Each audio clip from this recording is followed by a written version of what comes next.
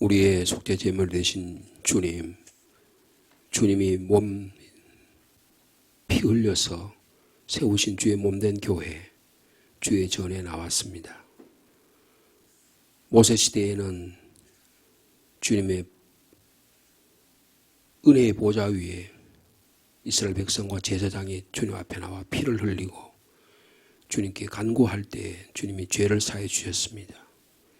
이제는 누구든지 주님 앞에 나와 은혜 얻기를 원하고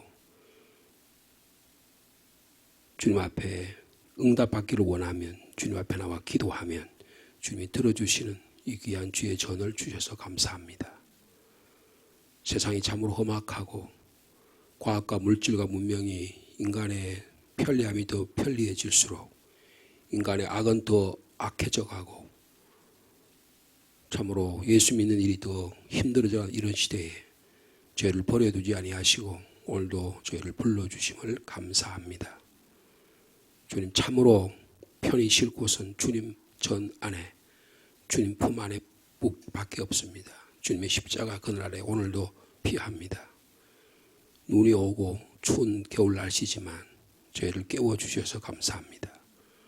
오늘도 주님의 말씀을 듣는 이 자리에 성령께서 내려오셔서 임재하셔서 죄를 깨닫게 하여 주옵소서.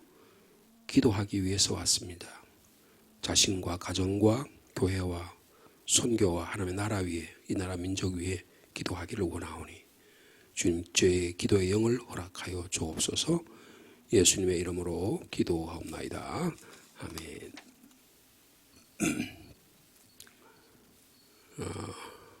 오늘은 2월 7일자 금요일 말씀이 되겠습니다. 어저께 이어서 시편 138편 먼저 한 장씩 교독하시겠습니다. 시편 138편입니다. 다윗의 시. 내가 전심으로 주께 감사하며 신들 앞에서 주께 찬송하리이다.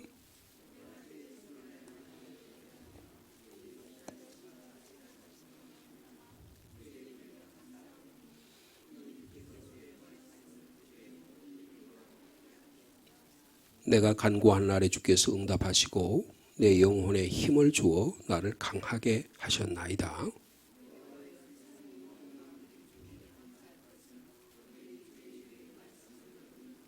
그들이 여호와의 도를 노래할 것은 여호와의 영광이 크심이니이다.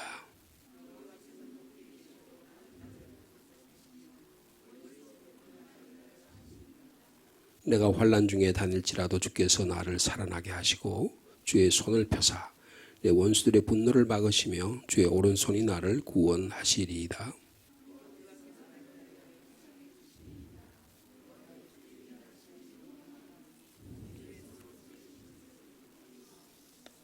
아멘. 이어서 민수기 말씀입니다. 우리 어저께는 민수기 20장 말씀을 저희들이 읽었었는데 오늘은 27장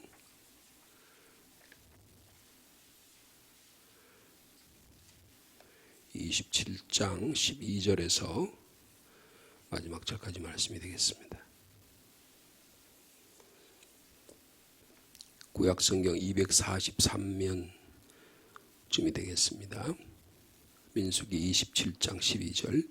여호와께서 모세에게 이르시되 너는 이 아바림 산에 올라가서 내가 이스라엘 자손에게 준 땅을 바라보라.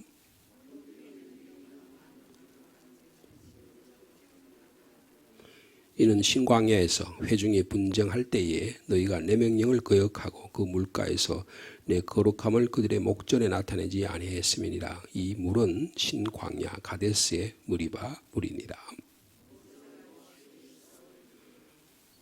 여호와 우리 모든 육체의 생명의 하나님이시여 원하건대 한 사람을 이 회중 위에 세워서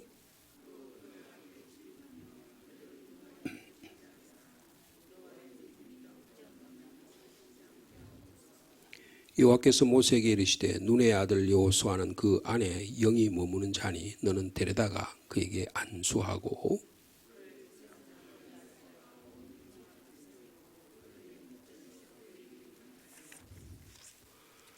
내 존귀를 그에게 돌려 이스라엘 자손의 온 회중을 그에게 복종하게 하라.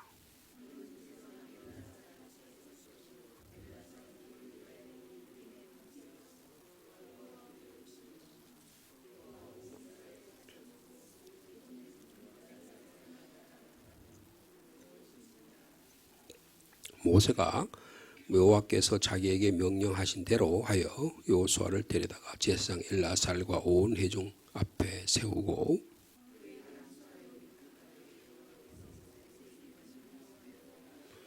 아멘. 그리고 어저께 말씀에 이어서 사도행전 9장의 말씀이 되겠습니다. 어저께 9장 19절부터 읽었는데 오늘은 26절부터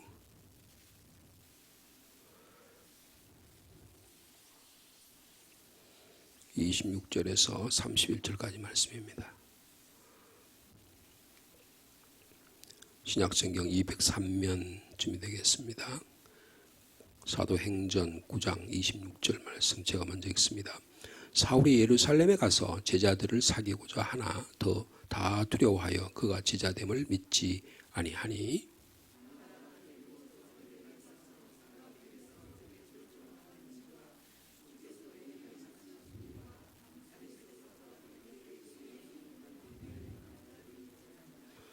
사울이 제자들과 함께 있어 예루살렘에 출입하며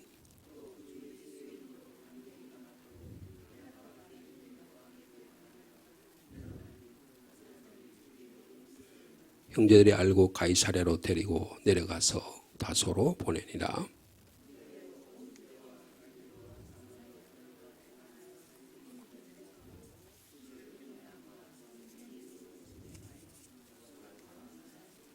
아멘.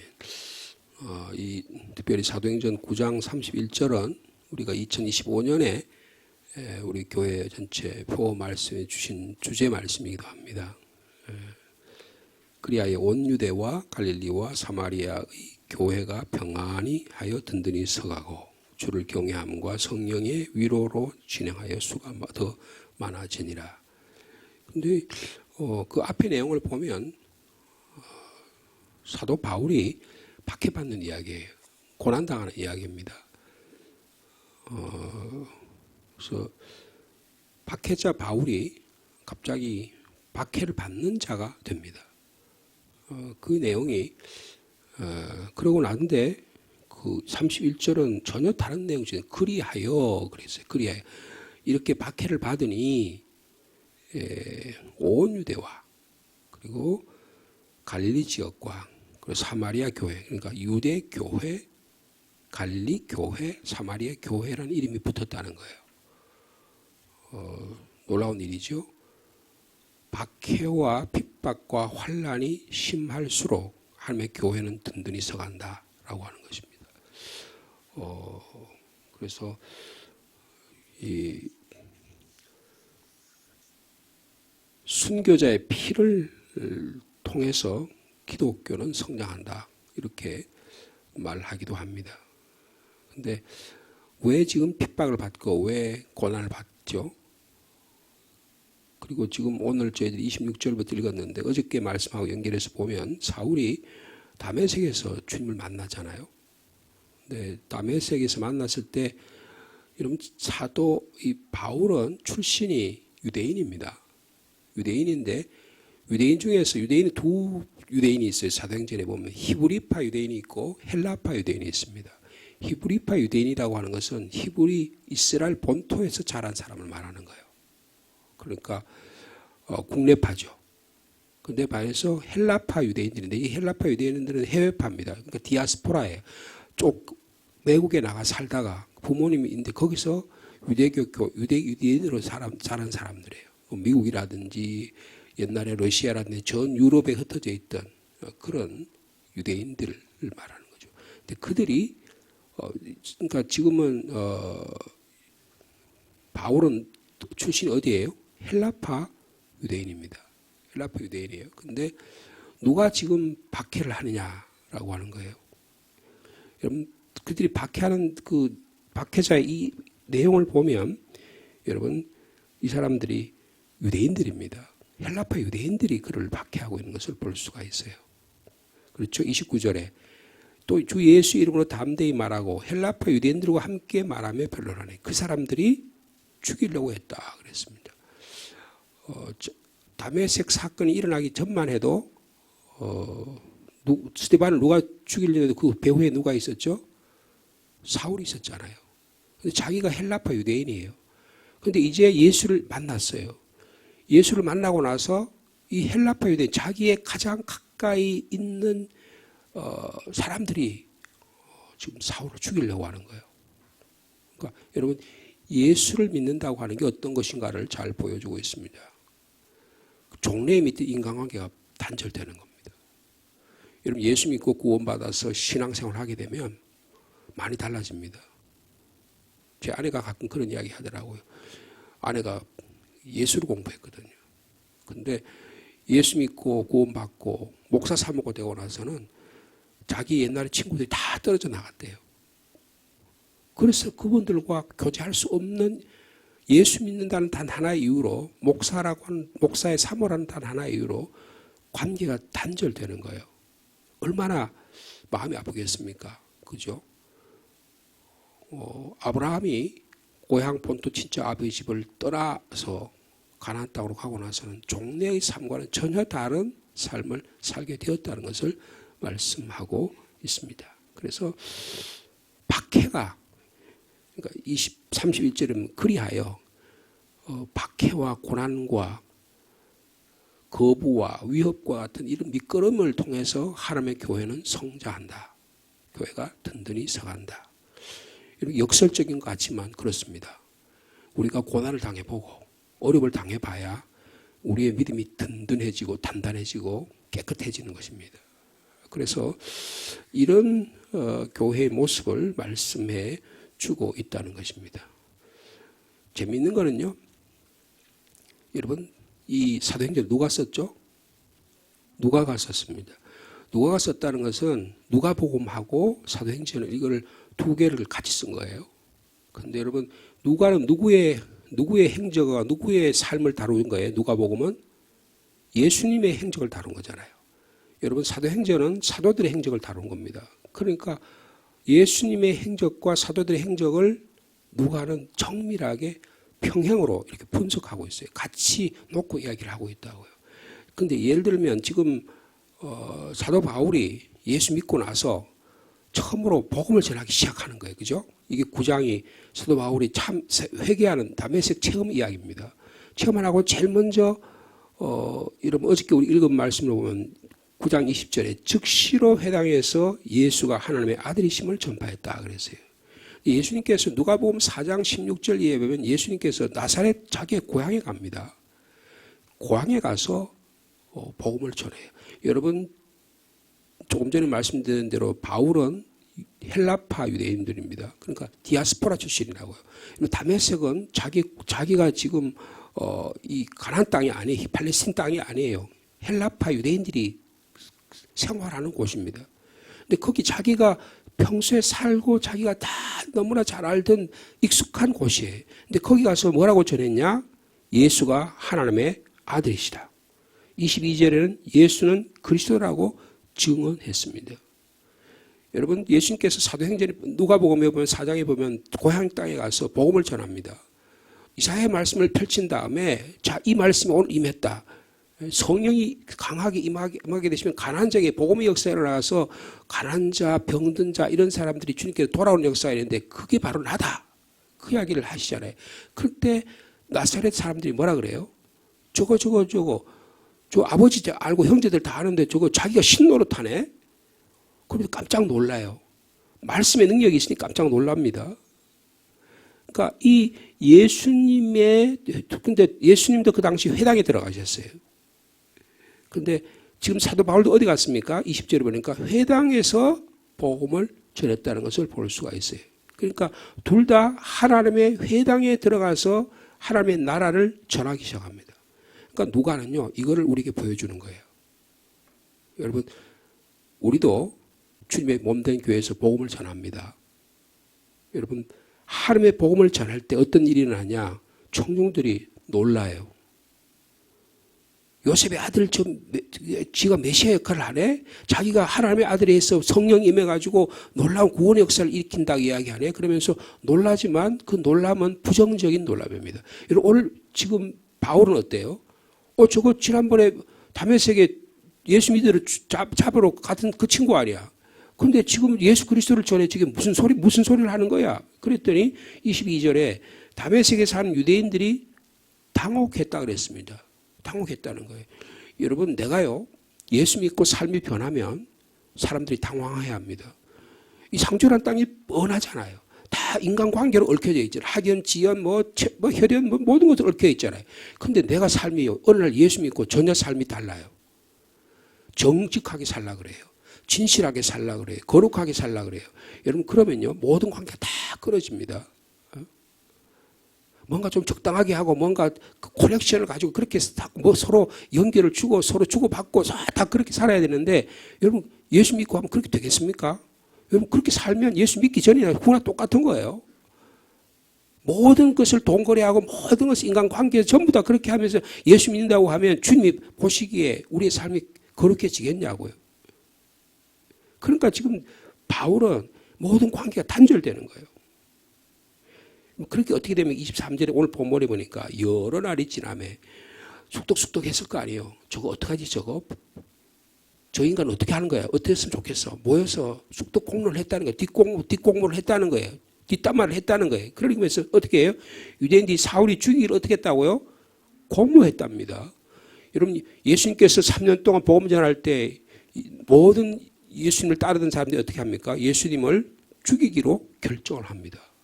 그래서 예수님 6개월 복음을 전합니다. 그 다음부터 예수 죽이려고 어떻게 혈안이 된 거예요?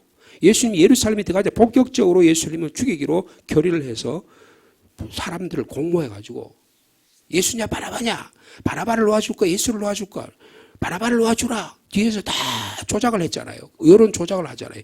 오늘도 시대 똑같습니다. 이런 시대에. 근데 예수님과 사도 바울의 차이는 뭐냐?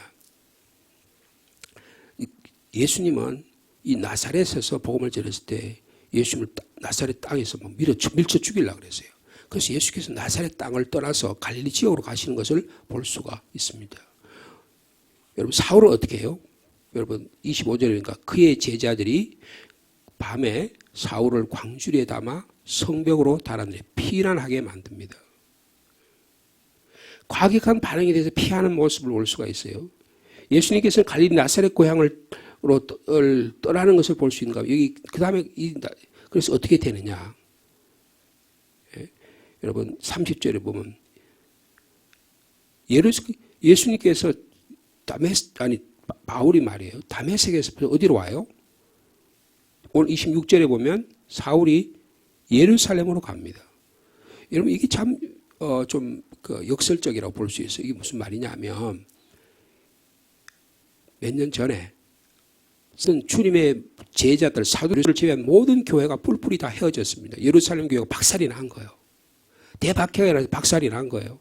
이런 북한의 공산주의, 김일성 공산주의들이 나타나가지고 평양을 비롯한 모든 교회들이 박살을 한 거예요. 그래서 1000만 명이나 되는 북한의 신앙인들이 전부 다 남한으로 다 내려온 거예요. 교회 세우고 주의 몸된 교회, 재산과 가정과 친척과 이거 다 버리고 내려온 거예요. 고향 친척 아비집을 떠난 거라고요. 근데도 불구하고 예수 믿는 단 하나 때문에 제가 지금도 기억해요. 최타리 장로님이라고 있었는데 제가 서울에 있던 모 교회에 있었는데 그분은요 북한에서 내려오는데 잘 사셨대요. 근데 그분은 강단에 올라가서 교회 기도하는 시간이면 맨날 우세요. 그곳에 남겼던 가족과 친척을 생각하니 눈물이 나는 거예요. 눈물이 나는 거예요. 예루살렘 다 떠났잖아요. 주님의 제자들은. 그런데 여러분 사도 바울은 어떻게 했냐 보세요. 사울은 예루살렘으로 갑니다. 예루살렘으로 가요. 거기 가서 주님의 사도들과 사귑니다. 그러니까 저 사람 다 알 거 아니에요. 저 대머리에다가 저거 아주 톡종인간 저거 스데반 죽이려고 했던 그리고 스데반 죽일 때 스데반 옷을 다 맡겨놓고 그래서 다메섹에 우리 다 죽이려고 했던 그리스도인을 죽이려고 했던 친구 아니야. 근데 어떻게 그걸 믿어? 그래서 제자들이 사도 바울이 헷가닥 변했다는 걸 믿지를 못해요. 근데 여러분 그때 누가 나타납니까? 바나바가 나타납니다. 여러분 바나바라는 이름이 뭐죠? 위로자라는 뜻이에요. 위로자가 되신 바나바가 사울을 데리고 사도들에게 갑니다. 그래서 뭐라 그래요? 자 27절 말씀 읽어볼까요? 시작. 바나바가 데리고 사도들에게 가서 그가 길에서 어떻게 주를 보았는지, 주께서 그에게 말씀하신 일, 그리고 다메섹에서 그가 어떻게 예수의 이름으로 담대히 말했는지를 전했다 그랬습니다. 여러분, 바나바 같은 위로자가 되시기를 축복합니다. 수많은 사람이 있지만 다 죽이려고 하지만 여러분, 성령께서 심지어 바나바 같은 사람이 없더라도 위로되시는 성령께서 우리 가운데 찾아오셔서 우리를 위로해 주실 줄로 믿습니다. 사울을 데리고요, 사도들이 가는 거예요. 그리고 여러분, 이 청년이 다메섹에서 주님을 만났습니다. 제가 확실히 보증합니다. 그리고 주님께서 그에게 이방인의 사도로 사용하시기 위해서 이렇게 이 사람을 세우셨습니다. 그리고 다메섹에 있을 때 핍박 가운데도 예수를 그리스도라고 하나님의 아들이라고 전했습니다. 확실하게 이야기하는 거예요. 그러니까 여러분 어떻게 합니까? 변화가 일어납니다. 28절에 보면 사울이 주님의 제자들과 함께 있으면서 예루살렘 어떻게 했다고요? 출입에 들어가고 나가면서 교류를 했다는 거예요. 여러분, 주님의 교회는 주님의 사랑하는 사람들과 함께 교제하고 출입하는 것입니다. 그렇게 하니까 어떻게 해요? 또 박해가 일어나는 거예요. 보세요. 또 주 예수의 이름으로 담대히, 그리고 예루살렘에 와서 다메섹 어딘지 사도 바울의 삶은 이제는 전적으로 죽어나 사나 예수 그리스도를 존경하고 자기의 모든 삶을 다 부패같이 다 던졌어요. 예수의 이름으로 담대히 말하고 헬라파 유대인들과 함께 말하며 변론하니, 그 다음부터는 여러분, 바울은 변론의 귀재입니다. 이 사람은 지식이 뛰어난 거예요. 헬라 사상과 유대 모든 그 당시 모든 것들을 다 스토아 사상까지 다 섭렵한 거예요. 그 당시에 스토아 철학이 굉장히 유명한 그리스 철학이었었어요. 헬라 사상, 이원론적인 사상인데, 그래서 고린도 서신이라든지 로마서라든지 갈라디아서라든지 에베소서라든지 이 복음의 말씀을 통해서 예수 그리스도의 복음을 변증하는 것입니다. 여러분, 신앙은 변증하는 거예요. 여러분, 그런 신학자가 필요한 겁니다. 목사가 필요한 거예요. 그냥 예수가 옳습니다라고 주장만 하는 사람이 있어서는 안 되고요. 복음을 하나님의 말씀의 근거에서 구약의 성경에 의해서 세상의 문화를 비교해가지고 예수 그리스도의 복음을 변증하는 거예요. 변론합니다. 그런데 결론이 어떻게 돼요? 변론한 그 사람들이 사울을 죽이려고 합니다. 여러분, 복음의 능력이 일어날 때 반드시 핍박과 박해가 있음을 말씀하고 있습니다. 그러니까 형제들이 이 사실을 알고 가이사랴로 데리고 가서, 가이사랴는 지중해 해안 도시잖아요. 거기서 배를 타고 터키에 있는 다소로, 원래 바울의 고향인 다소로 보내는, 그래서 이 다소에서 오랫동안 있으면서 나중에 안디옥 교회의 목회자가 되는 그런 내용을 여기서 말씀해 주고 있습니다. 여러분, 하나님의 교회는 핍박을 통해서 성장한다. 그래서 31절 말씀 우리 다시 마지막으로 한번 같이 읽겠습니다. 시작. 그리하여 온 유대와 갈릴리와 사마리아 교회가 평안하여 든든히 서가고 주를 경외함과 성령의 위로로 진행하여 수가 더 많아지니라. 여러분, 원래 저희들이 주신 이 주제의 말씀인데요. 교회가 평안해야 됩니다. 여러분, 박해가 아무리 심해도 외부에 막 비바람이 치고 눈보라가 치고 환란에 치고 우리를 하게 하는 여러 가지, 우리 개인적으로나 가정적으로나 사회적으로나 국가적으로나 뭐 세계적으로 날마다 편지 풍파가 날마다 일어나잖아요. 여러분, 그러나 우리의 마음은 평안해야 합니다. 왜요? 예수가 나의 주님이 되신다. 주님이 나의 참된 위로가 되신다. 그러니까 교회가 평안하니까 어떻게 해요? 교회가 든든히 서가는 것입니다. 마귀 사탄은 교회를 분란을 일으킵니다. 그래서 교회를 평안하지 못하게 만들어요. 막 쑥덕쑥덕하게 만들어가지고요, 막 혼란시키게 만듭니다. 감정이 막 기복을 심하게 만들어가지고요, 사람들의 판단력을, 여러분, 깨끗한 물은요 평안합니다. 그래야 그 안에 있는 물고기도 보이고 다 사물들이 정확하게 보이고, 내 내면의 세계가 평안해야 내 자신이 보이는 거예요. 내 가정이 평안해야 모든 가정과 자녀들이 다 평안합니다. 교회도 마찬가지예요. 교회가 평안해, 잔잔해야 든든히 서간다는 거예요. 그 내용이 뭡니까? 주님을 예배하는 일, 성령의 위로, 이것이 일어나게 된다는 것입니다. 오늘도 주님을 예배하는 일과 성령의 위로가 통해서 우리의 삶이 든든히 서가는 저와 여러분의 삶, 특별히 우리 교회 되시기를 축복합니다. 하나님 아버지, 초대교회 신앙의 모습을 저에게 보여주셔서 감사합니다. 그리하여 고난과 핍박과 환난이 심하고 참으로 어려운 삶의 모습이었지만 하나님은 하나님의 사람들을 통하여, 주의 종들을 통하여 특별히 사울이라는 사람을 바울로 변화시켜서 이 어두운 시대에 복음의 사도로, 이방인을 위한 사도로 사용하는 것을 볼 수가 있습니다. 어떻게 그렇게 될 수 있습니까? 조금 전만 해도 다메섹에 예수 믿는 핍박자를 핍박하려고 가던 그가 예수님을 인격적으로 만나고 나서 내가 너를 이방인의 사도로 세우노라. 그런 이 말씀을 믿고 예수님이 나의 삶의 주인입니다. 예수님이 하나님의 나라의 아들입니다. 예수님께서 그리스도가 되십니다고 담대히 전합니다. 주님, 교회가 무슨 프로그램을 통해서 교회가 성장하는 것이 아니라 핍박과 환난, 무엇보다도 예수가 그리스도라고 하는 사실을 전함으로 말미암아 교회가 평안하게 하시고 든든히 서가게 하옵소서.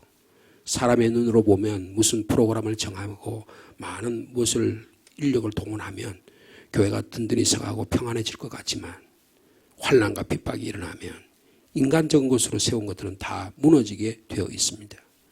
그러나 예수가 내 삶의 주님을 믿는 한 분 한 분들의 신앙의 위에 교회가 세워지면 환난과 핍박이 다가올수록 교회는 평안하다고 말씀합니다. 든든히 서간다고 말씀합니다. 오늘도 주를 경외하는 주의 사랑하는 자들이 성령의 위로를 기대하는 자들이 주님 앞에 나왔습니다.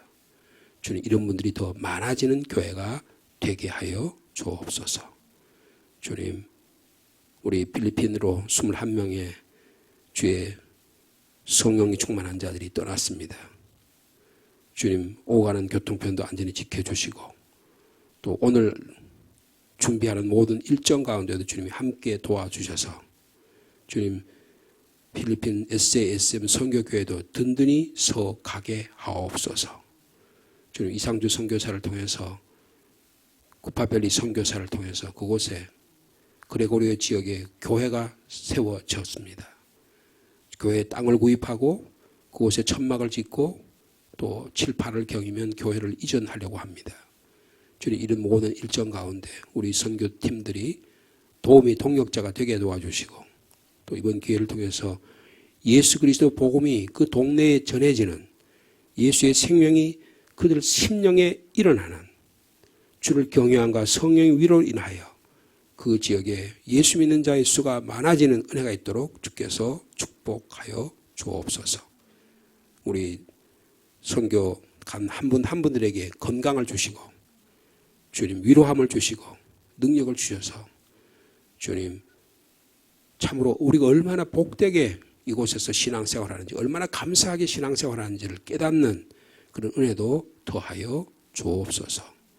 우리 지체들 가운데 연약한 지체들이 있습니다.